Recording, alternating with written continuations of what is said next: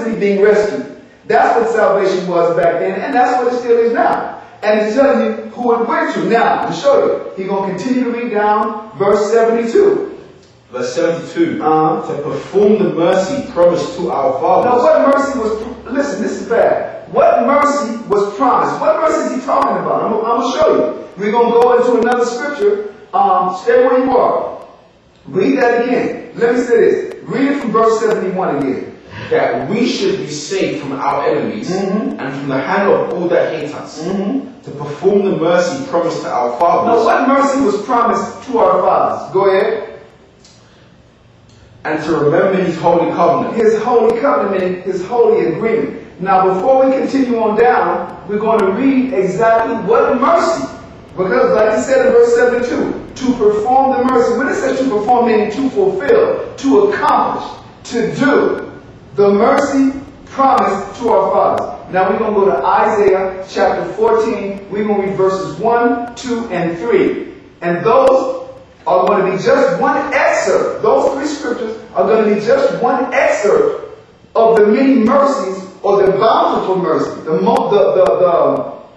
How can I put it? The manifold mercy that was intended or prophesied by the Most High to be fulfilled for us.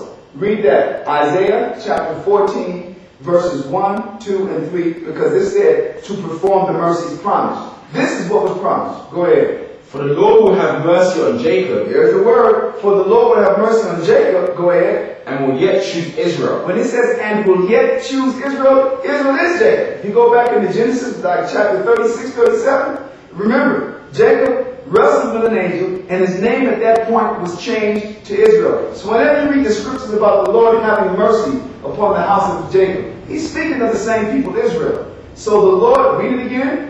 For the Lord will have mercy on Jacob. Continue. And will yet choose Israel. Now he's talking about his chosen people. And will, when it says, and will yet choose Israel, meaning, and will still. No, we're still a chosen people. The Lord just punished us.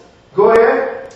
And set them in their own land. The promise is, and the mercy is, that he would take us, choose us, and put us in our own land. Go ahead. And the strangers shall be joined with them. Now when it says the strangers, it's talking about, like for instance, in the ancient kingdom, when we were delivered out of the hand of, from under the Egyptians, when we left Egypt, it tells you that a mixed multitude left with us because Egypt was the world power at the time. Well, when it says the strangers are going to be joined to us, you got two types of strangers that the scriptures are talking about. One group of strangers are Israelites that are scattered all throughout the world that are going by different nationalities. Like you got people that were brought on cargo slave ships to North America, and today they're being called so-called Negroes. Then you got those same group of people that were taken to Central America, and they're being called Nicaraguans. They're being called, they were taken to the Caribbean. They're being called Jamaicans. They were taken to South America. They're being called Brazilians.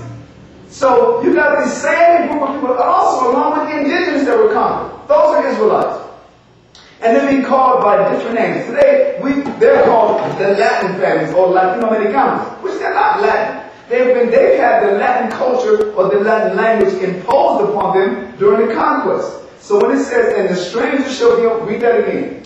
And the strangers shall be joined with them. In other words, it's going to be a whole lot of Israelites that are from different nations, and it's going to be a whole lot of foreigners. You're going to see when I say foreigners, meaning people that are not Israelites. Watch what's going to happen. Go ahead. And they shall cleave to the house of Jacob. Continue. Verse 2. And the people shall take them. And the Israelites shall take them, the strangers, in other words, the people of the other nations, go ahead. And bring them to their place. They're going to be taken to our place, meaning our land, like we were brought to their place, or the land that they stole. I'm not going to dare say their land. The land that they stole. So we're going to take those people to our land. Go ahead.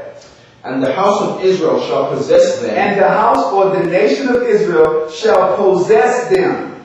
In other words, going to possess these foreigners, these other nations. Go ahead.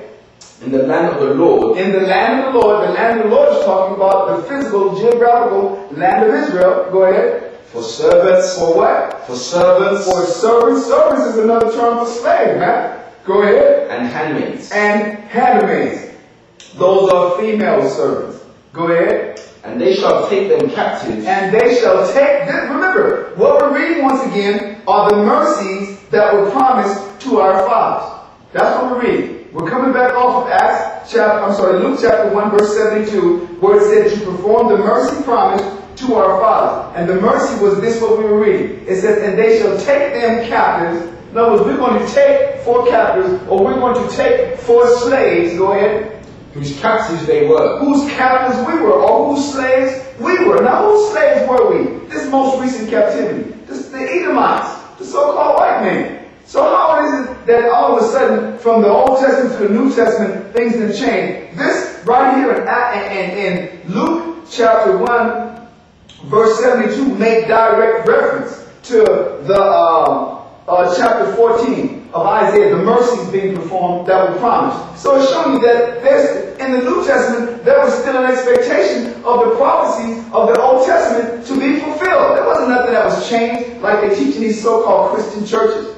Okay, so is there any more to that? Yeah. Read on down. And they shall rule over their oppressors. You got to read that whole verse 3 again. Go ahead. Okay, verse 2. And the people shall take them and bring them to their place. So Israelites are going to take other nations, and we're going to take them to our place. Go ahead. And the house of Israel shall possess them. And the nation of Israel shall possess these other people. Go ahead. In the land of the Lord. In Israel. Geographically, the land of the Lord is Israel. Go ahead. For servants. For servants, meaning for slaves. And handmaids. And female slaves. Go ahead. And they shall take them captives. And they shall take them captives. Go ahead. Whose captives they were. Whose captives they were, meaning whose slaves we were. We're going to take them for slaves. Go ahead. And they shall rule over their oppressors. And they shall rule over their oppressors. Now, thank you, brother. Going back to Luke chapter 1 and read verse 72 again. Luke chapter 1, verse 72. To perform the mercy promised to our fathers. That's the mercy that the Most High would once again choose us as His people. That He would give us all these nations for our slaves, and that we would eventually rule over our oppressors. Continue. And to remember His holy covenant. Go ahead. The oath which He swore to our father Abraham. Now He's going to specify which father. The oath that He swore to our father Abraham. Now, who was Abraham's father? Abraham, let me say this. Abraham had many children. He had 8 sons. And out of all the 8 sons, it tells you in the book of Romans which one. The book of Romans chapter 9 tells you that there's only one that is counted for the seed. And that was Isaac. And then Isaac had 2 sons. And it tells you, Jacob have I loved, and Esau have I hated. That was last week's lesson. So when it says Abraham, he's still talking about Abraham, Isaac, and Jacob, and all those that came of Jacob. Like I said, they're known today as so-called American blacks, West Indians, Puerto Ricans, Cubans, Dominicans, Seminole Indians, Native American Indians, the people of South America, Argentina, and Brazil, the people of Mexico, of Negroid and Indian or indigenous descent. Those are all the original 12 tribes of Israel. That's what we're speaking of. Verse 74. Verse 74. That He would grant unto us that we being delivered out of the hand of our enemies. It's telling you what salvation is again. Verse 74. Read it again. That He would grant unto us. That the Lord would grant and He would give unto us. Go ahead. That we being delivered out of the hand of our enemies. That we being delivered out of the hand of our enemies. Go ahead. Might serve Him without fear. When it says that we might serve Him without fear, we can't do the laws of the Most High without any type of retribution from our enemies. For instance, let's just say we decided to get our nation together. Never mind how the so-called white man is living. Never mind how the so-called Chinese and all the other nations live. Let's say we decide to go ahead and try and make an attempt to put our own people in order, beginning with our families, beginning with our women. As long as our women got 911 to dial, we can't serve the Most High without fear.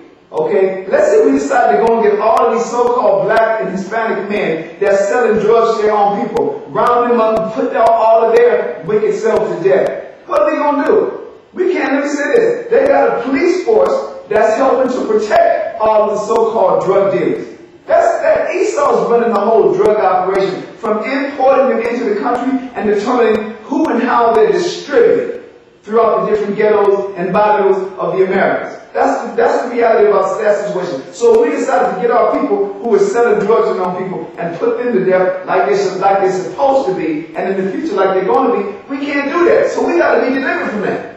Let's say we decide